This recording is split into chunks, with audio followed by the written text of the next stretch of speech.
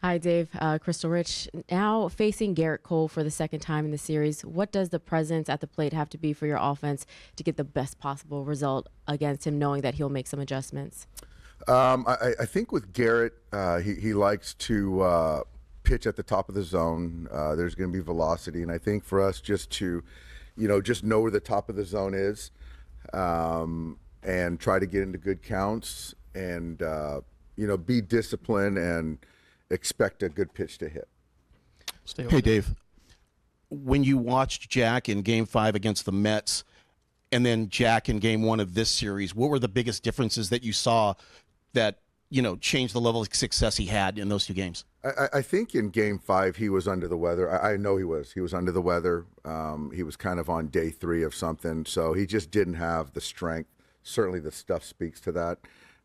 In Game 1, he was rested and felt good and came out and threw a good ball game. So today, it's regular rest. He's in good spirits, very focused. He feels good health-wise, and, we'll see how it goes. But I expect him to pitch well tonight. Mike? Dave, looking at the interference play with Mookie last night, do you think your players worry about their safety here? No, I don't think so.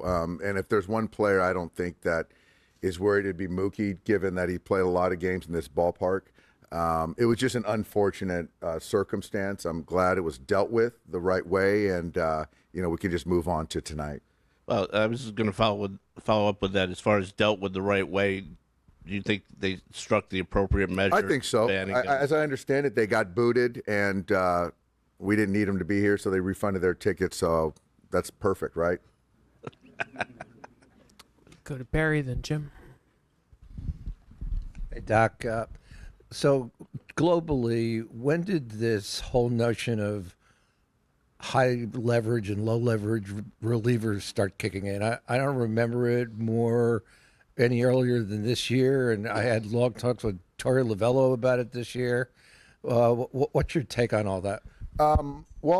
Barry, I think it's actually, I think you're very aware of it. I think it's just more like most things now. There's names to things, right? And, I'm sure Bruce Bochy back in the 80s had relievers that he trusted and guys that he didn't trust as much.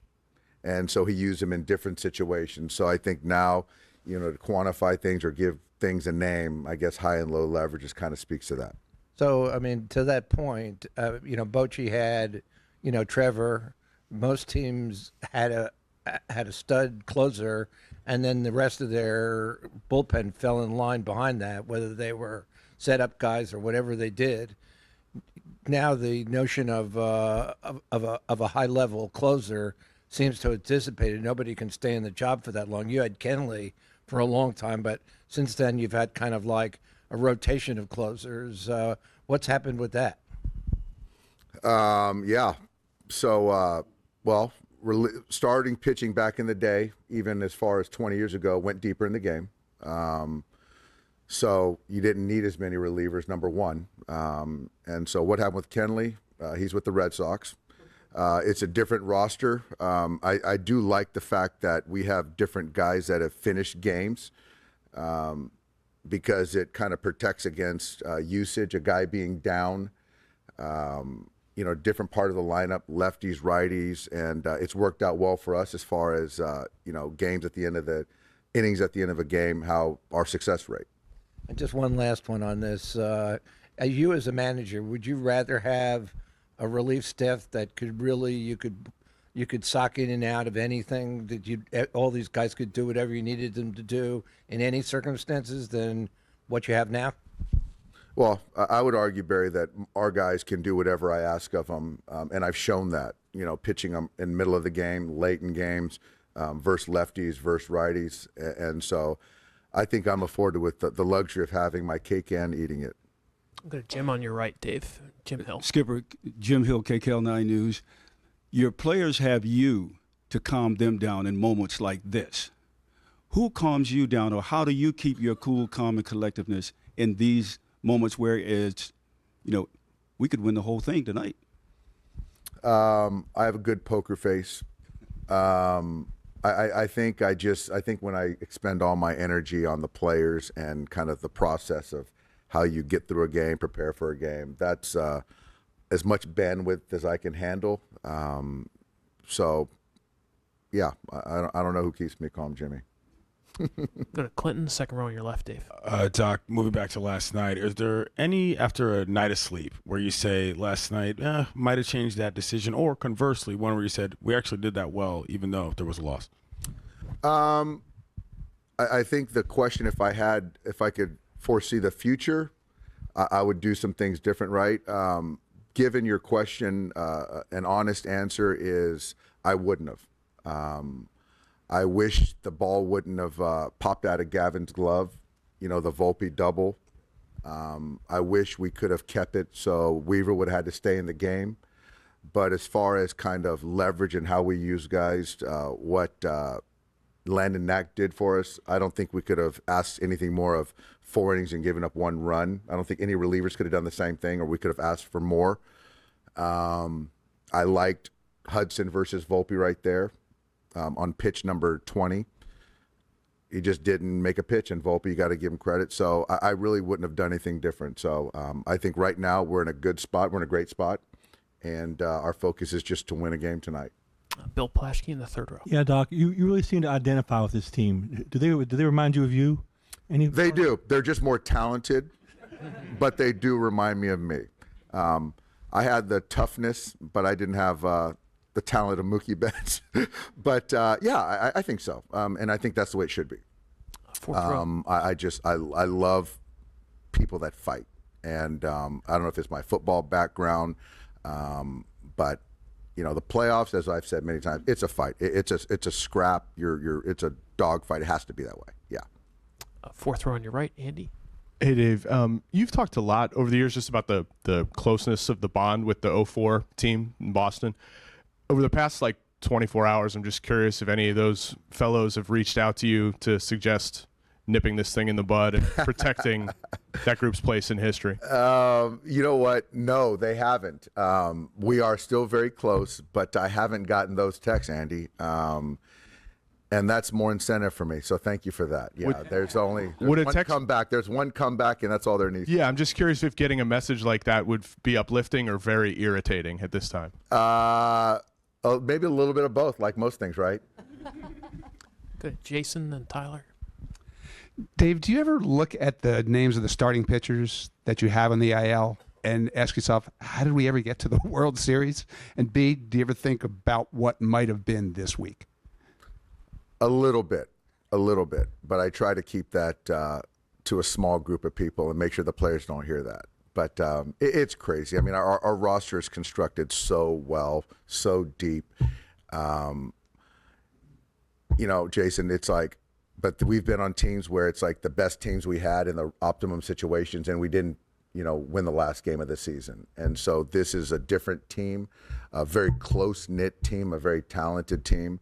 But again, we have guys that I feel very confident that can get 27 outs, that can prevent runs, and I feel we can score more than them. And so that's kind of what it comes down to. But I don't let my mind go there too far because, to have Clayton, Glasnow, May, Emmett Sheehan, all those guys, it'd be fun to have. Yeah, that'd be great. I mean, what if I told you this spring training that you'd lose all those guys between then and now? Did you know you had enough depth to still do this?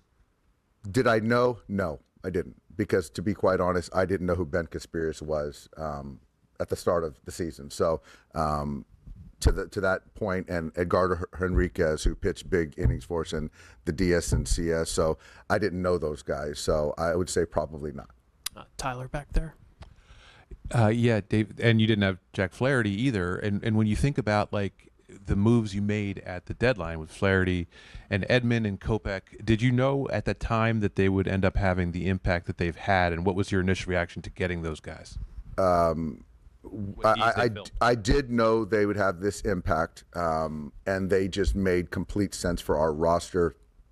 Miggy was going through some things physically, so to have Tommy be able to be a piece of that made complete sense. The switch bat, Jack being a veteran, kind of really on the come as far as the performance and the history, the experience was an easy sell to kind of stabilize a starting staff that wasn't stable.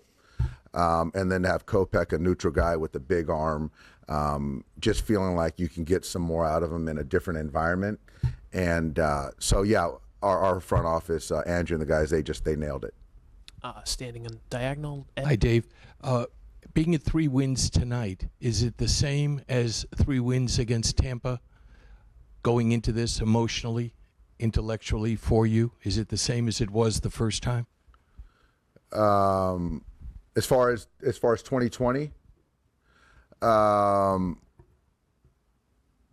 you know what? I think I don't know, Ed. I think it's hard to remember exactly what mind state I was in that point, and a very forgettable game. But I think that right now, we're in a good space to finish things off tonight. Certainly some of the same cast of characters, but it's still a different team. Yeah, we're in the bubble. This is we're obviously in Yankee Stadium, so it's a little bit different in that sense too. Up front on your left, Dave. Dave, we've heard you said close-knit. We've heard the players say that, cohesive. Give us some insight into these watch parties that you had during the days off between the end of the regular season and the start of the DS, and the same with the World Series, and the dinners that you guys have had, the team dinners while you've been traveling, and how that's brought this team together. I think, well, you said it. There's the watch parties. They had dinners. They take the same flight. And what it is it's just, I think that the crux, they've sacrificed time with their loved ones to be together. And so, which has made this team more together, right? Closer. And so that's what they've done on their own. And they've just bonded. It's really cool to see. Yeah. Third row on your right, Fabian. Yeah, Dave, over the years, it seems like your offense has kind of thrived when it comes to facing bullpens, especially seeing them over the course of a series and start taking advantage of that. I think you guys have only scored 1 run off their bullpen since game 1. Is there anything that you've sort of seen from your guys' at-bats, or maybe how they've kind of game planned against you guys as a bullpen? Yeah, I think that's a fair question. I think we've done a really nice job with the starters. Unfortunately, with the pen, I just don't think that we are we're certainly not having the best at-bats. I think that there's a lot of 3-2 chase. There's a lot of 2, pitcher behind, spin, chase, that we could get more count leverage. I don't know the reason behind it, but typically we are much better. Certainly seeing arms out of the pen, we're better. So I just see us kind of breaking out tonight. I really do. I mean, and obviously Garrett's a tough customer, but I just, we got to have good at-bats against him, and we've seen a lot of these guys many times. And then Max was red hot during the CS. I don't think he has a hit this series. What have you sort of seen out of his at-bats? And is that one of those things where, obviously he's a guy who kind of swings things for your line. How important is that for you guys going forward? Important. It's important. I think Max is getting a little too quick. I think he's getting a little too jumpy. I think he's in between at times. So I think he's going to kind of he's working on some mechanical things going into tonight's game that I hope will give him some clarity, some confidence, but he's not too far away from really performing well. So he just needs to again, stay in the zone, and that's his superpower, to swing at strikes and take balls. And if he can do that, then, we'll create some stress for Garrett. Fifth row on your right, Dave. Hey, Dave. What are the advantages and disadvantages of Jack facing the Yankees twice in this series? The advantages are he gets to see in real time how they're responding to his pitches. The disadvantage is they can see and appreciate the ball coming out of his hand and all of his different pitches. So then it just comes down to execution and how you sequence your pitches. So right now it's sort of an open book, and now it's about execution. And I feel the same way, us versus Garrett Cole. A couple more. Third row on your left. Yeah, Doc, following up on the cohesiveness and closeness of the roster, are there particular factors that have contributed to that, and how does it manifest itself when you're on the field? I think that our guys were intentional about spending more time together.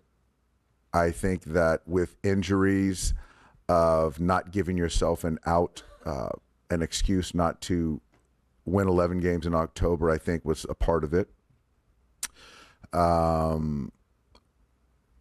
Yeah, so I think that does it manifest? I just think that when you are around people that you care about, you believe in, you're just better collectively. I just really believe that. I know it's not tangible, but I believe it is. Was there kind of an us against the world vibe there at one point with all the guys going down? There still is. Okay. There still is. We're not done yet. We're still against you, Jim. We'll do two more. Ben in the back and Yvonne up front here. Just further to Flaherty, he was really good against Judge in the first game. What specifically do you think that he did to get those strikeouts? He just mixed. He mixed. He's gonna have to throw his. He's gonna spin them. He's gonna throw his heater. It's just kind of when he does it. When he sequences, and it's a cat and mouse. So Aaron knows exactly what he has, and Jack knows what he can do to get Aaron out, and he's just got to make the pitches and sequence properly and not be too predictable. Do two more, Yvonne and then Bill. Yvonne, go ahead. Hi, Dave. Just want your opinion about Freddie Freeman and the great moment that he's living now with the 4 homers and 4 consecutive games. He's otherworldly right now. He's as healthy as he's been in quite some time, and even the way he legged out that infield, that fielder's choice, that potential double play ball to drive in a run, shows his desire. His swing looks great, and he's just such a good example for all of us, even when you're not healthy, just to be out there and post, because it matters. I'll finish up with Bill, second row on the end. Yeah. Hey, Dave. In sports, a lot of times we, meaning probably mostly sports writers, fans, talk a lot about who got their due. This person got their due, or this person never really got their due. I'm wondering, in your years as a player, as a manager, if you think about this at all, what's the formula for getting your due and not getting your due? Is like Willie Mays clearly got his due, or Hank Aaron got his due. But is there like a formula for it? Is it the moment? Is it luck? Is it personality? Well, I think that's a good question. That's an existential kind of question. I think a little bit of luck, certainly moments, talent, longevity, respect calls for getting your due. I think it's all encompassing. But those names they're pretty special names, and rightfully so. They got their due. Dave, thanks so much. Good luck. All right, tonight. guys. Thank you. Appreciate it.